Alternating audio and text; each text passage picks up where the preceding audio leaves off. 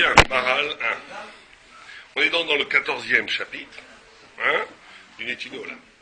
Donc dans le Sefer Mishlei, l'Akshiv, le Chochma Osnecha, Tite Libera Letvuna. Le pasteur qui dit l'Akshiv ça veut dire en hébreu prêter attention. Ouais, vraiment, Akshava, c'est pas simplement écouter, c'est prêter attention. La Chochma, prête attention à l'intelligence, à la Chochma. Leosnecha, l'Akshiv, la Chochma Osnecha, pardon. L'Akshiv ici, ça veut dire oriente tes oreilles vers la Chochma. Osnecha, c'est tes oreilles. Mais Tite Libera Letvuna, et fait pencher ton cœur vers la Tvuna. Tvuna, c'est une autre forme d'intelligence, vous avez énormément d'appellations en hébreu pour tous les mots d'intelligence. Il y a la Chochma, la Bina, le Dat, le Sechel. Énormément d'appellations, elles sont tous correspondent à des différentes notions de savoir, de pratique du savoir et d'intelligence. Donc, il y a la Chochma. En gros, la Chochma, c'est de comprendre la structure des choses. La Bina, c'est de comprendre comment au cœur de ces structures se développent des choses qui ne sont pas dites. Par exemple, je vous donne une très... tu aimeras ton prochain comme toi-même. Tout le monde comprend, la Bina, la Chochma de ça, qu'il faut aimer son prochain comme soi-même. Bon. À la limite, c'est universel. La Bina, c'est comment pour toi, ça veut dire... Ça veut vouloir dire... C'est le sens caché. Ouais, je dirais peut-être le sens subjectif, le sens qui accouche au cœur du sens. Il y a des choses générales. C'est la Chochma, c'est la structure. La Bina, c'est quelque chose qui est de l'ordre pratiquement de l'expérience. Pour toi, ça veut dire ça. Moi, je sais maintenant ce que ça veut dire aimer son prochain comme soi-même. J'ai vécu ça, je sais ce que ça veut dire. Avant aussi, je le savais. Oui, mais c'est pas pareil. Avant, c'est l'aspect superficiel d'un acte. Non, la Chochma, c'est très profond, mais c'est de comprendre la structure. Vous avez raison, c'est pas superficiel. Il y a des gens qui peuvent être incroyablement éminents, très profonds dans la Chochma, et qui sont nuls en Bina. Ils connaissent tout, mais c'est pas charnel. D'un aspect théorique. Voilà, théorique. La Chochma, c'est théorique. La Bina, c'est pas que existentiel, c'est aussi théorique, mais c'est plus dans le plan du vécu, dans la profondeur psychologique, la profondeur psychique de la chose. Comment tu as compris la chose intimement. Il y a le Da'at, c'est l'association des deux, et le Rachid dit quand tu as l'association des deux, ça donne Roi HaKodesh, l'Esprit Saint. Donc quand tu es capable de faire le lien entre la structure rationnelle, objective du monde, et l'écho à l'intérieur, tout à fait subjectif, mystique à l'intérieur, quand tu fais le lien entre les deux, tu arrives vraiment au Roi HaKodesh. C'est très difficile. La plupart des gens, ils sont ou bien Chochma ou Bina, il faut savoir ça. La plupart des gens, ou bien ils sont des scientifiques, ils connaissent très bien, ils réfléchissent en données, en statistiques, en structure, ou bien ils sont intuitifs, ils comprennent les choses. On avait dit que la Chochma c'était le domaine masculin et que la Bina c'était... Tout à fait, bien sûr. La Chochma c'est toujours masculin, la Bina c'est le féminin. Elle enfante, s'il y a une vraie relation entre les deux intellectuels, elle enfante le date, qui est le plus haut niveau de connaissance. Le vrai Chacham, c'est celui qui a du date. Qui est capable d'avoir en même temps la connaissance des structures profondes, mais qui a aussi la capacité d'enfanter tout l'écho, tout ce que cette structure va engendrer comme idées qui ne sont pas évidentes, qui ne sont pas premières, qui ne sont pas de l'ordre de la structure justement, qui sont de l'ordre pas de l'intuition, j'aime pas le mot intuition parce que c'est beaucoup plus que l'intuition, on va dire de l'ordre de l'indéfinissable, de ce qui se définit pas de façon positive. Très bien, ok. Donc le pasuk dit, la Akshiv, la Chochma, on voit que la Chochma c'est par rapport à l'oreille, tendre l'oreille pour la Chochma, mais Tite Libera Letvuna, et fait pencher ton cœur pour la Bina. Kihim le Bina tikra Letvuna titen kolecha, im takshivena kekesef. Si tu la cherches, im tevakshena kekesef. Si tu cherches la Torah comme de l'argent, ou que matmonim techapsena, et tu la cherches comme des trésors, Stavin, tu comprendras à ce moment-là, Irat Hashem, la crainte de Dieu, Vedat Elokim Timsa, et tu trouveras la pensée divine. Ki Hashem iten Chochma mipiv dat veduna, parce que Dieu te donnera l'intelligence à partir de la bouche, du dat et la duna. C'est un passouk long, Bon, il a expliqué ce passouk. Shlomo HaMelech, alav hashalom, רוצה לומר, שהאדם יהיה מכין עצמו לחוכמה, ולא יפנה אל דברים אחרים. Première chose simple, il dit l'homme se doit de se préparer aux choses d'intelligence. L'homme se doit de se préparer pour comprendre la vérité et ne pas se divertir dans des choses qui vont l'emmener dans le divertissement, dans l'éparpillement. D'accord? C'est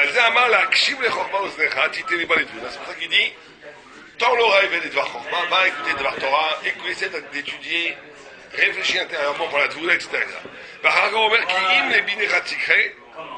לבינה תקרא, רוצה לומר, שיהיה אוהב החוכמה משתותק עליה, כי אין אדם קונה חוכמה רק אם משתותק עליה. Il dit l'homme ne peut acquérir l'intelligence, le savoir, que s'il est passionné par rapport à elle. On ne peut pas acquérir du savoir, de la chokhma, en dilettante, par exemple. On ne peut pas. Un petit peu, ou pourquoi pas, c'est mignon, j'étudie. Par définition, la Torah, elle revendique une ishtok-écoute, ça veut dire une passion, être collé à la chose. D'accord? כי אין אדם קונה חוכמה רק אם משתתקות עליה, כמו מי שקרא על אחד בוודאי, כאשר קרא עליו, הוא מבקש אותה בחפץ בו. Et il faut aimer l'intelligence, c'est très important ça. C'est ça qui va faire la différence dans les yeshivot, entre les grands et les petits. Entre les grands, les futurs grands, c'est des gens qui sont capables dans les yeshivot d'être assis et d'aimer la Torah. Celui qui est très intelligent, il est là parce que ses parents l'ont envoyé, il fait ses études, c'est normal, c'est sa vie. Il y en a plein comme ça aujourd'hui. Malheureusement, ou plutôt heureusement, le succès phénoménal de la Torah en Israël, malheureusement, a socialisé la Torah. Vous avez aujourd'hui des centaines de milliers de froum, de familles très très religieuses, dont les enfants vont automatiquement aller dans les yeshivot. Automatiquement. Ils n'ont pas choisi. Mais ils sont élevés là-dedans. Bon, personne ne choisit rien. Vous avez venu en France, vous n'avez pas choisi, vous avez à l'école, au lycée national, vous n'avez pas choisi non plus. Vous auriez peut-être préféré avoir une initiation à l'indienne, aller dans les forêts chasser le lion, avec l'arc et faire le feu tout seul, peut-être. Vous n'avez pas choisi, on vous a mis dans un système. Tout le monde est dans un système. Donc ils sont nés, effectivement, ils sont dans un système où la normalité, le normatif, c'est l'étude de la Gemara, les yeshivas. Très difficile de combattre contre un sentiment dans l'éducation des enfants. Ça devient comme aller à l'école, quoi. Donc ces gamins-là, ils vont à l'école, c'est tout. Ils vont à l'école, ils n'aiment pas de rien. On leur demande de faire des devoirs, ils comprennent la moitié de ce que dit le rabbi, il lui prend la tête le rat parce qu'il ne sait pas se tenir. Ça devient exactement les mêmes phénomènes qu'on a avec dans les lycées de banlieue ou de Neuilly. C'est pareil, il y a des plus ou moins bonnes écoles. Moi, ça m'effraie, parce qu'on voit qu'il y a des reproductions dans la Torah du même monde que je rigoyais à la vie. C'est relativement récent comme phénomène? Oui, parce qu'avant, les gens... Il y a une différence avec avant. Avant, les gens d'abord, il n'y avait pas de lycée, c'était des précepteurs. Les gens, personnellement, qui enseignaient la Torah. Mais dans les familles froum, les enfants laissés dans un système aussi? Oui, c'était très différent, parce qu'à l'époque, on enseignait des petits garçons, jusqu'à l'âge de 12-11 ans. Si on voyait qu'ils n'étaient pas des génies, ils allaient travailler. Ah oui, il n'y avait pas d'études prolongées comme aujourd'hui. Ceux qui prolongeaient les études comme aujourd'hui, c'était les génies. C'est pour ça qu'il y avait une sélection par la fin. C'était une époque où si tu ne travaillais pas, tu mourais. Donc les gens allaient travailler. Donc ceux qui ne travaillaient pas, c'est qu'on avait décelé en haut des aptitudes exceptionnelles qui fait que certaines personnes aisées et riches prenaient en charge leur éducation pour qu'ils deviennent des... C'est comme ça qu'on dit, là les Gdolim, Israël, c'est parce que jeunes, on avait révélé chez eux des aptitudes extraordinaires d'études. C'est comme ça le système avant. Mais là, ils allaient travailler à 12-13 ans. Ils avaient un métier à 12-13 ans tous. Et pourtant aujourd'hui aussi, les familles froum, elles sont toujours autant dans le besoin. Ouais, non, mais quand même, on meurt plus de faim, malheureusement. Donc c'est ça la différence. C'est qu'aujourd'hui, on a un système qui s'est développé où les gens vivent très difficilement, mais ils ne meurent pas de faim. Donc, il y a tout un... Alors, c'est d'un côté, c'est génial. Vous avez des centaines de milliers de personnes qui étudient la Torah. Mais, à l'intérieur de ça, ceux qui vont réussir et ceux qui ne vont pas réussir, ceux qui vont réussir véritablement, sont les personnes qui vont réussir à développer une passion pour l'étude. Une passion pour l'étude. Alors que les autres qui vont développer un rapport scolaire à l'école, il n'y aura pas de réussite. Ils vont devenir des moyens, des avrechim moyens, ou bien même ils vont travailler après. Ceux qui vont réussir véritablement à grandir dans l'étude, à devenir des tzadikim, des Eved Hashem, des esclaves de Dieu, des gens qui vont avoir un niveau de Torah énorme, c'est les gens qui ont initié le Maharal de Prague. La Ishtok écoute, ça veut dire une passion, une vraie passion pour l'étude. D'accord? Donc c'est ce qu'il te dit ici. Qu'on ne peut pas acquérir l'intelligence de la Torah sans passion. Impossible. Impossible. D'accord? Oh, ok, Alejado Bevadai, Kasher Kore Alav. Ça on a vu. Il dit une autre chose, il dit on ne peut pas non plus acquérir la Torah sans effort, sans Torah. Il faut, c'est un travail de passion qui va vers. Tu vas vers, tu travailles jusqu'à ce que tu vas vers. Donc ça exclut un petit peu ceux qui vont, ceux qui appréhendent la Torah comme un scolaire, comme le système scolaire. Tout à fait.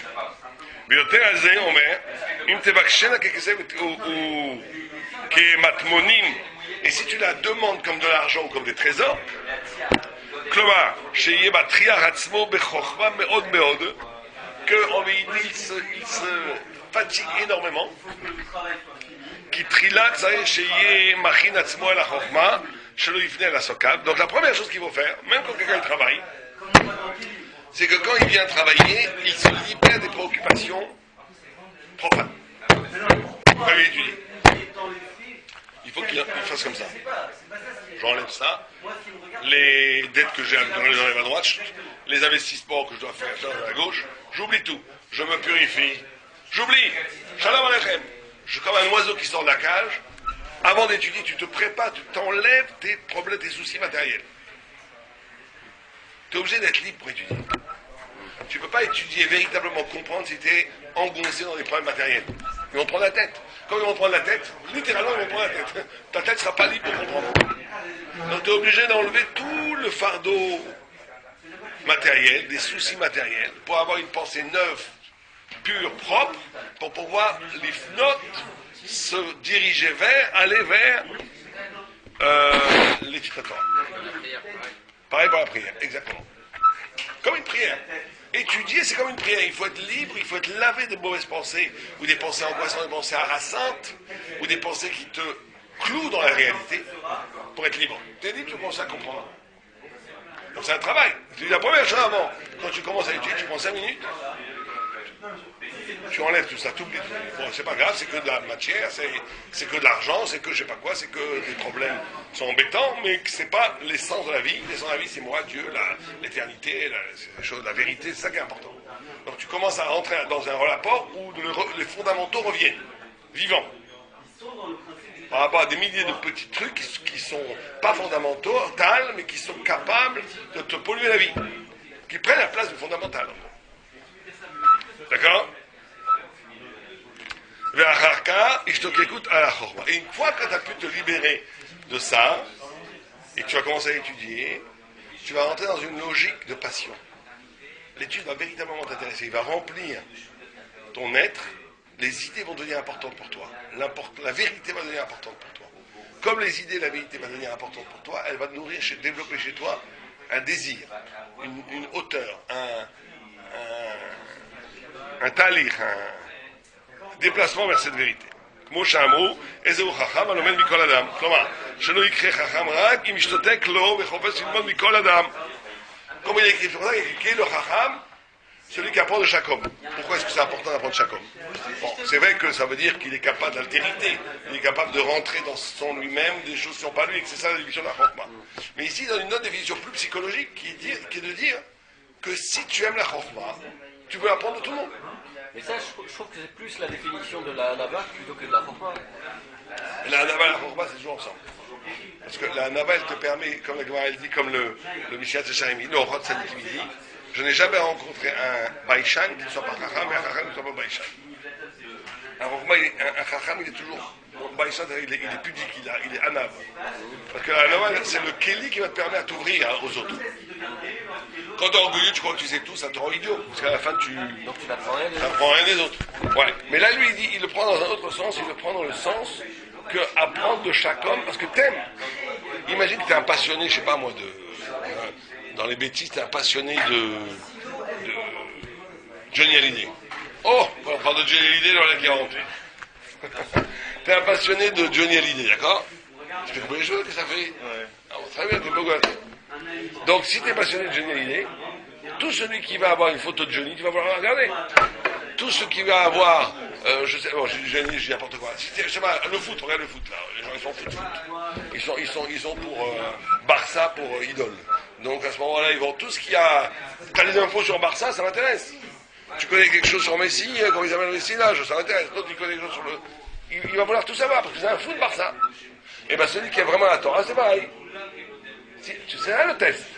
T'as une information, t'as une info à me donner sur la Torah, ça m'intéresse. T'as un pshat dans Rashi, ça m'intéresse.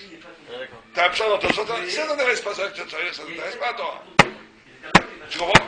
Cette notion de l'Omed Mikol Adam, elle a plusieurs aspects. Un aspect, c'est essentiellement c'est la capacité de t'ouvrir à quelque chose qui n'est pas toi.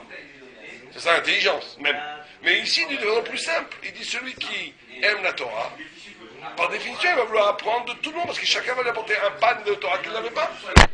Il a assoiffé, il va demander à tout le monde. D'accord?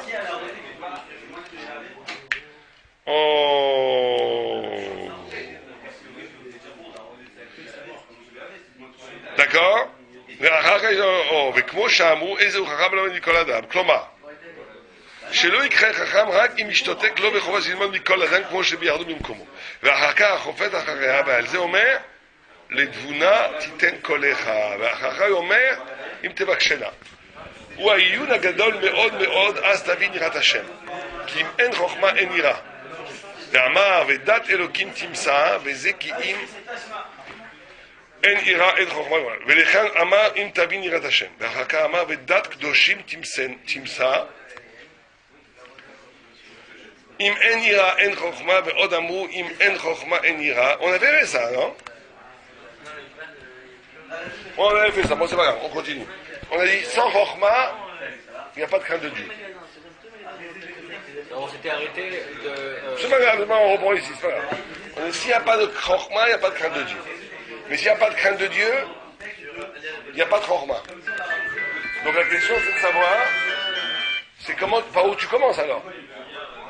S'il n'y a pas d'intelligence sans crainte de Dieu, dans ce cas-là, d'accord? Et que tu n'as pas de crainte de Dieu sans Chokhmah, donc c'est un cercle vicieux. Tu peux jamais être... puisqu'il faut l'une la condition de l'autre. Donc si tu n'as pas la Chokhmah, tu peux avoir de crainte de Dieu. Mais si tu n'as pas de crainte de Dieu pour avoir de Chokhmah, alors comment tu fais? Par où tu commences? Tu commences avec une et une autre. Parce que sans Chokhmah, tu n'as pas de crainte de Dieu, et sans crainte de Dieu, tu n'as pas de Chokhmah. Donc tu es coincé. Bon. Alors il va dire ça, il va expliquer. Vous comprenez la question? Oh, vegan, saré, shetia, ira, kodem, a Chokhmah, charé. La crainte de Dieu est la condition pour la Chokhmah. Pourquoi? Pourquoi la crainte de Dieu est la condition de la Chokhmah? Pourquoi faut-il la crainte de Dieu pour avoir la Chokhmah?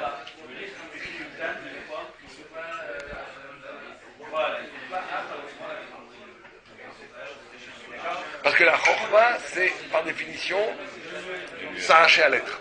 Tu t'arraches de l'être, tu t'arraches du monde, tu t'arraches de l'évidence du monde. D'accord? Or, si tu n'es que dans le monde, si tu restes que dans le monde, la crainte de Dieu, ça te permet une rupture avec la captation de l'univers. Quand on parlait des soucis matériels, on parlait de la façon dont la matière t'attrape, etc., etc. Toutes ces choses-là, elles vont disparaître si tu as une crainte de Dieu. Parce que la crainte de Dieu, elle va te ouvrir un espace de rapport avec autre chose que le monde qui te rend libre du monde. Et c'est par rapport, et cette liberté, c'est le lieu premier pour qu'on commence à comprendre véritablement les choses. Si tu es une partie du monde, par définition, tu vas comprendre les choses que tordues, fractionnaires. Parce que tu vas être dans une perspective X qui va te faire voir les choses bleues, et l'autre qui est dans une perspective Y qui te fait les choses roses. Donc en fait, tu n'as jamais de vraie connaissance. Tu es complètement conditionné par les conditions qui te permettent de comprendre. Alors que quand tu es dans une crainte de Dieu, c'est dans une rupture par rapport au monde, tu vas avoir une vision totale du monde puisque tu es en dehors du monde. La crainte de Dieu, ça donne Complètement. La crainte de Dieu, ça veut dire que quand on dit la crainte, c'est pas avoir peur du coup de bâton. C'est de prendre conscience de cet infini de la divinité. Quand tu prends en arrêt, ça donne une rupture par rapport à l'infini. Et donc, cette rupture-là, elle donne une possibilité de connaissance que tu n'avais pas sans ça. Tu comprends? Donc on dit, oh,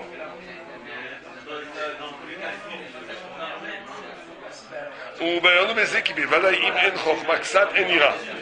Je sais, je dis kodem chokma ksat. Alors il dit, c'est sûr que tu peux pas avoir de crainte de Dieu s'il n'y a pas au début un peu de chokma. Comment tu peux même comprendre la notion de Dieu si tu n'as pas l'intelligence? Donc tout ça, c'est le problème. Donc il y a une sorte de chokma naturel qui te permet d'accéder à la Yirat Hashem, qui va te permettre d'arriver à la vraie Chorma. C'est ça le cycle. Chacun a un petit cadeau à la naissance, une certaine quantité limitée de Chorma, qui va te permettre d'arriver à la crainte. Quand tu arrives à cette crainte, ça va te permettre après d'arriver à l'intelligence. D'accord?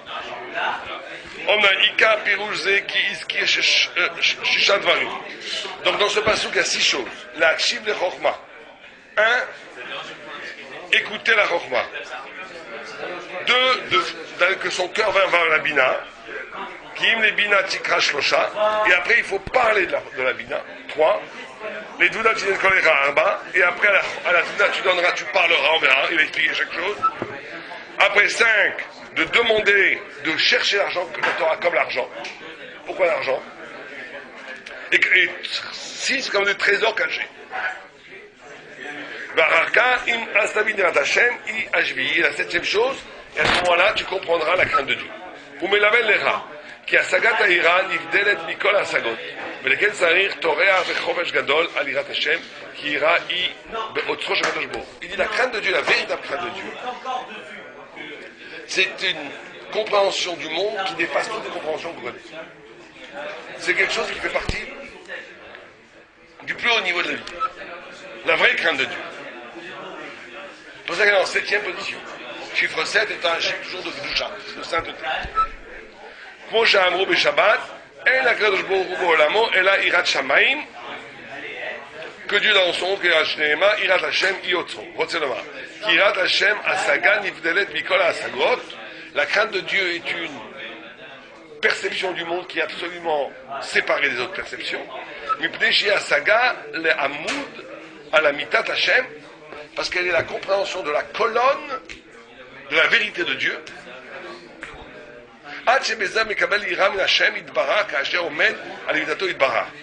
Il dit que la crainte de Dieu, c'est pas simplement avoir peur, comme on dit bien entendu, du coup de la punition et tout. La crainte de Dieu, c'est prendre conscience de la vérité de Dieu.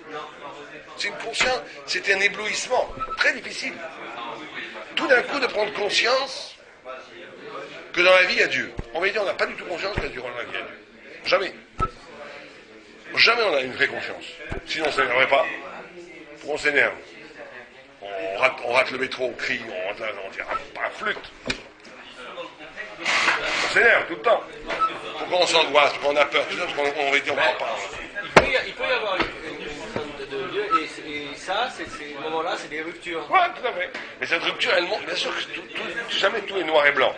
On ne dit pas que les gens n'ont pas de crainte de Dieu du tout, c'est faux. S'ils n'avaient pas de crainte de Dieu, ils feraient toutes les alérotes. Alors, tu vois qu'ils ne les font pas quand même. Donc, ils ont oui un crainte. Mais d'un autre côté, s'ils avaient une vraie perception de la mitad de Dieu devant eux, sous les yeux, il y a des milliers de choses qu'ils ne feraient pas. Ils seraient d'abord toujours heureux. Tout est pour le bien. Dieu veut mon bien. Dieu m'aime plus que je m'aime moi-même. Dieu, il m'aime plus que je m'aime moi-même. C'est d'abord ça. Pire que ça, l'amour que j'ai pour moi-même n'est qu'une déviance, n'est qu'une conséquence de l'amour que Dieu me porte. C'est que toi, qu'est-ce que tu aimes toi-même? Dieu, il t'aime plus, c'est la conséquence de ce que Dieu t'aime. Et Dieu, il peut tout faire, et Dieu, il fait exactement tout pour ton bien. Alors, on ne comprend pas. Mais tout ce qui m'arrive, c'est formidable. Mon banquier m'appelle, monsieur, vous venez de perdre 10 millions de dollars, d'euros, tout est parti. Super! Aïe, aïe, aïe, aïe, aïe, aïe, génial, génial, tout est pour le bien. Bon, on va aller comme ça. C'est plus qu'un niveau, c'est un très haut niveau. Pourquoi? Mais il faut au moins comprendre la théorie. Le vide est existentiellement très dur. Mais il faut savoir que tout ce qui t'arrive, c'est pour le bien. Tout. On peut le comprendre par Non, par tête, c'est très clair. Puisque Dieu, il t'aime. Et tout ce qui va pas faire des choses pas bien.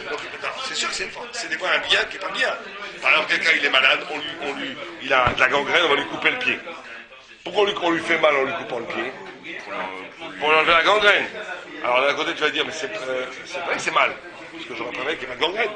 Mais en vérité, l'opération qui fait mal, en te coupant le pied, elle est bonne pour toi, sinon tu vas mourir. Alors c'est pas quand il arrive des malheurs, j'aurais préféré qu'il n'y ait pas de malheur. Il aurait des souris. Mais c'est pourquoi? Parce que j'ai fait des bêtises avant. Parce que j'ai fait des grosses... Et comme Dieu il t'aime, il veut pas que tu payes au Lamaba éternité. Malgré ça. Il te punit ici. Malgré ça. Hein? Même s'il comprend qu'on lui enlève le pied pour le sauver, Ouais. il va être content de... Bon, Ben oui. ouais, c'est vrai, mais il va être content de pouvoir sauver la Il va vie. comprendre ce qu'il y a derrière. Quoi. Il va être content qu'on lui a sauvé la vie quand même. C'est ça. C'est sûr que les souris, c'est pas bien, on n'en veut pas les souris. Moi, il y a des souris, on ne veut pas de malheur. Mais quand le malheur il vient, il faut l'intégrer dans une compréhension. C'est que c'est le moindre mal. C'est le moindre mal, parce que j'aurais dû avoir 1000 fois pire en vie. Et Dieu me fait ça pour enlever des problèmes que j'ai, des capara, ou parce que j'ai besoin pour mon tikkun à les fèches, on ne sait pas. Ouais, qu'est-ce que je veux dire? Non, c'est vrai, hein. Marie. Oui, alors on y va, d'accord? Ça m'est arrivé, ça, l'histoire du banquier. Pas pour 10 millions de dollars, mais pour... Là, ils m'ont appelé, ils m'ont dit, votre compte, il est pas assez plein. Oh, c'est pas grave, ça. Non, on vous vire de la banque, le compte, il est pas assez plein. On vire de la banque? Ouais, HSBC, ils font ça pour leurs clients, parce qu'ils font un tri de tous leurs clients. Ils n'ont pas le droit de faire ça. Tu les attaques, tu leur demandes 10 millions d'euros d'intérêt. Et ils m'ont dit... Une banque n'a pas le droit de te vider parce que tu n'as pas assez d'argent. Une banque a le droit de... Ils ont entièrement le droit de choisir leur client. Oui. Non, mais pas de vider un client qui est déjà chez toi. Ils peuvent refuser que tu rentres. Et si tu es chez toi et que tu n'as pas fait de faute grave et qu'ils t'excluent, je pense qu'ils n'ont pas le droit. J'avais pas fait de faute grave, hein. Et ils m'ont Tu fais appelé. un procès, tu leur demandes 1 million d'euros. Ah, c'est la richesse. C'est la richesse, C'est c'est dans ton épreuve. C'est ça que tu dois faire. Les banques qui meurent de peur des procès. Moi, une fois, j'avais fait ça, c'est affreux Jojo. J'avais fait une commande de dollars par téléphone. Et mon père me dit, mais t'es fou, t'achètes des dollars, moi je parle de ça il y a 20 ans. T'achètes des dollars à la banque, c'était une grosse somme à l'époque. T'achètes des dollars à la banque, mais t'es complètement dingue. Va chez mon changeur, il va te faire, c'est vrai, je vais changer, il me fait une différence de 20 000 francs. Allez, alors j'appelle la banque, je les ai dit par téléphone, c'est pas sympa. J'appelle une amie qui travaillait dans la banque, elle m'a dit, je lui ai dit, combien ça va coûter? C'était 100 000 dollars. Combien ça va coûter? Ils m'ont dit, ça coûtait 1 centime par dollar. J'ai dit, donc ça fait 100 000 dollars, c'est 100 000 centimes, c'est 1000 francs. À peu près 150 euros. Je les appelle, je dis, écoutez, je me suis renseigné comme ça, je voudrais vous faire 1000 francs, et je vais vous rendre ces 1000 francs. Parce que j'annule la commande. Le mec, c'était directeur, il avait fait un C'est malin. pas question. Furieux, quoi. Furieux. Il n'a jamais eu des gens comme ça. Parce que lui, il avait une grosse gaffe. En France. Et donc, moi, je vais au bureau, j'essaie de calmer, j'ai écouté, ça vous a coûté. Je pèse ce que ça vous a coûté, c'est tout. J'ai le droit de changer. J'ai rien signé. Tout. Donc là, ils m'ont pris l'argent sur mon compte. Ils m'ont pris 40 000 francs, un truc comme ça. Ils m'ont pris les deux mouvements, plus c'est la fois, Jojo. Genre, comme ça me Ah, mais coûtait. j'adore les mouvements. Chaque mouvement, il se gagne dessus. Alors, est-ce que j'ai envoyé une lettre, j'aurais dit c'est très simple, je m'emprête à vous demander 1 million de francs de dommages à intérêt pour préjudice moral et pour vol de mon compte, et je vous somme de me montrer une preuve que je vous ai commandée, comme ils ont été des escrocs. Je vous somme de me donner une preuve que j'ai commandé si d'ici 24 heures vous ne me donnez pas ça, et que mon compte est défiant, je demande un dommage à intérêt, vous allez voir, je vais pouvoir vous tuer. Au bout de 10 heures, excusez-moi, pareil, il y a tout l'argent. C'est des affreux journaux, c'est-à-dire que tu fais ils ont peur des procès tout le temps. Alors que c'était vraiment que pour l'escroquerie. En fait, c'est ça l'escroquerie. C'est que le gars, il va se faire enlever par son supérieur. J'ai compris ça après, moi, je comprends. Après, le gars, il était tellement paniqué d'avoir fait une bourde, d'avoir acheté les dollars sans avoir fait signer une et qu'il ne voulait pas. Bon, il lui payait l'argent il avait fait. Mais on leur a demandé qu'est-ce qui s'est passé, cette transaction, 100 000 annulée. Donc il a eu tellement peur qu'il a fait encore plus de bêtises. On raconte ça, j'ai vu. Non, alors... Ah bah oui, pour toi, fais un je vous procès. dis, alors, sur le moment, j'ai paniqué et tout. Je dis, oh là là, il me vient de la banque. En plus, j'avais un découvert autorisé, tout ça. Et après, je me suis dit, bon, en fin de compte, c'est un bien pour un mal, quoi. C'est un mal pour un bien. Parce que ce découvert, au moins, je le ferai pas. Au moins, il n'y aura pas de problème. Va à la poste. À la poste, ça va découvert. Bon, mais fais-leur un procès d'avoir 1 million d'euros de dommages internes. Ah, on y va. Donc, d'accord? ומפני כי אי השגת הנבדל מיוחד זכר קודם 6 עניינים השגות. Comme la crainte de Dieu c'est le plus haut niveau, il faut avant ça traverser 6 étapes. Il va nous expliquer 6 étapes. Virat Hashem Bishvi. Et la crainte de Dieu arrive au 7e niveau.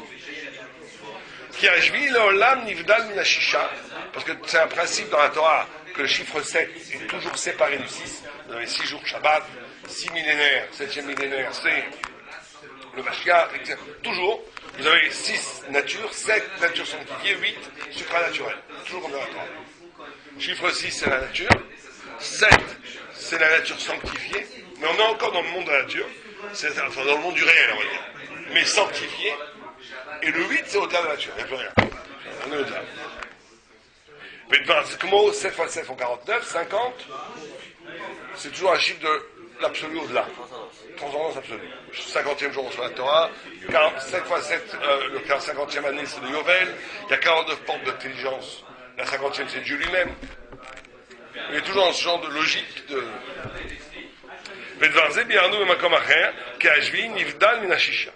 Le 7, mais au sein même de la nature, enfin du monde qu'on connaît, le 7 est séparé du 6. Donc la crainte de. Des 6, ouais. Des 6, tout à fait. Mais Av Kikata, Trilat Rochma Irat Hashem. Alors maintenant il revient à cette problématique. Comment ça se fait que Irat Hashem peut être au bout d'un processus? Alors on dit qu'il n'y a pas de crainte de Dieu, il n'y a pas d'intelligence sans crainte de Dieu.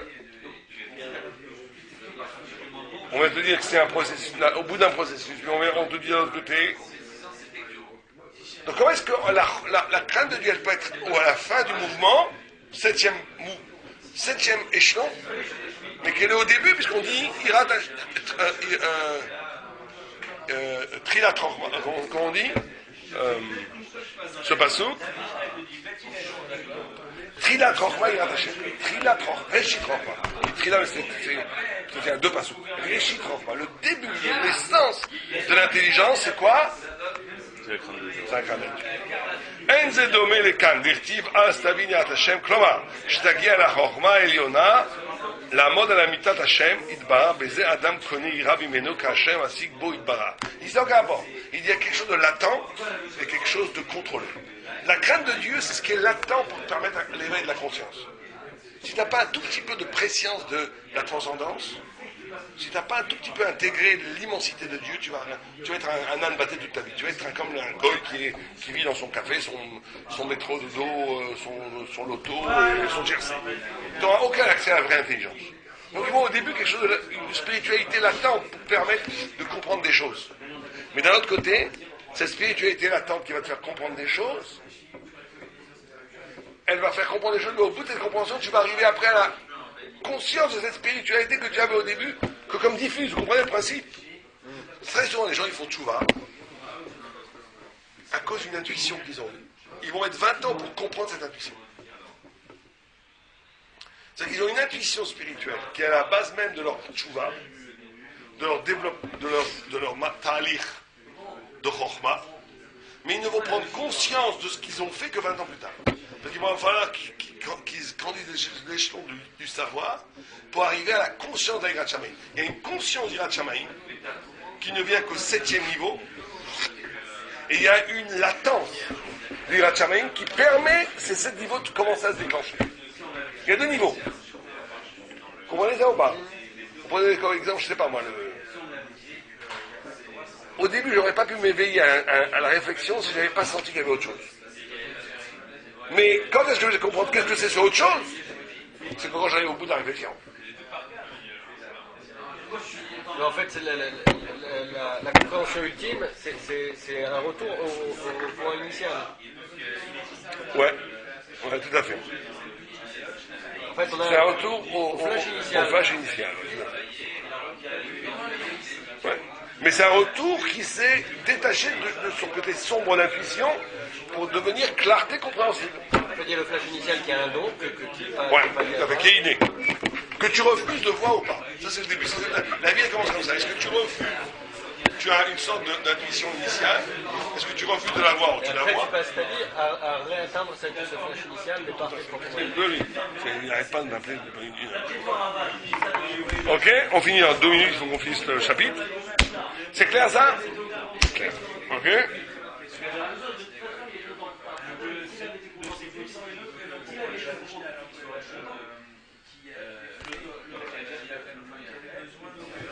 Je te rappelle, qu'est-ce qui se passe? 11, 9, 6, 6.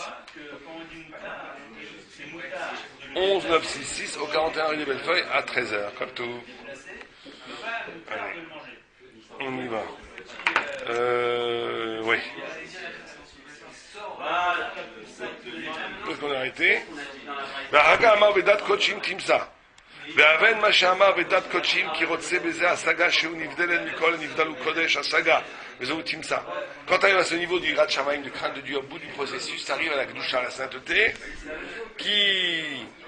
Zachar Shnei Dvarim, rappelle-toi deux choses. Shem Nivdalim Mina Adam. Echad ou Asagat Yirat Hashem. Une chose qui est la compréhension de la crainte de Dieu. Qui Dvarze Nivdal Mina Adam Mitzad Ki ou Idbar Nivdal Miakol.